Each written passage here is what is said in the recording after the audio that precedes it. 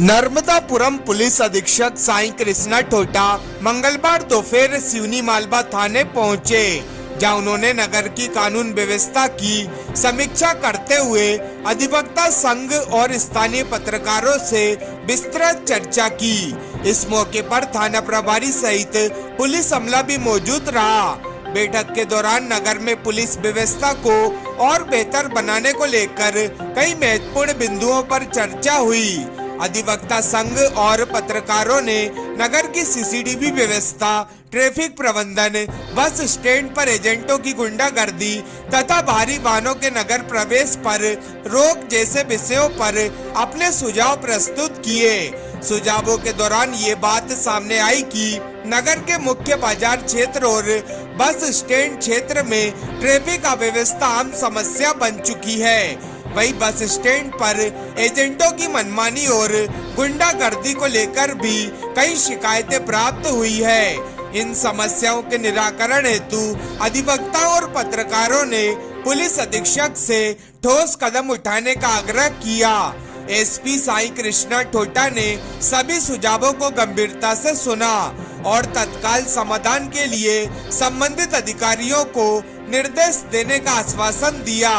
उन्होंने कहा कि नगर में शांति और सुव्यवस्था बनाए रखना पुलिस की प्राथमिक जिम्मेदारी है और इस दिशा में आम नागरिकों, अधिवक्ताओं व मीडिया के सहयोग से ही सुधार संभव है। उन्होंने बताया कि मंगलवार को सिवनी मालवा में क्राइम मीटिंग का आयोजन किया गया है, जिसके तहत पुलिस अधिकारियों से अपराध नियंत्रण और कानून व्यवस्था पर चर्चा की गई। उन्होंने कहा कि स्थानीय स्तर पर नागरिकों की भागीदारी से अपराध पर अंकुश लगाने के प्रयासों को और मजबूत किया जाएगा।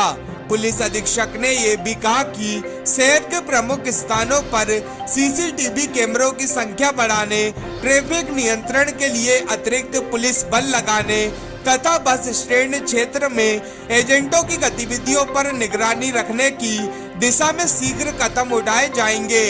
बैठक में उपस्थित अधिवक्ता संघ और पत्रकारों ने एसपी ठोटा के इस पहल का स्वागत करते हुए कहा कि यदि नगर स्तर पर पुलिस प्रशासन नियमित संवाद और निरीक्षण करता रहेगा तो अपराध और अव्यवस्थाओं पर काफी हद तक नियंत्रण पाया जा सकता है।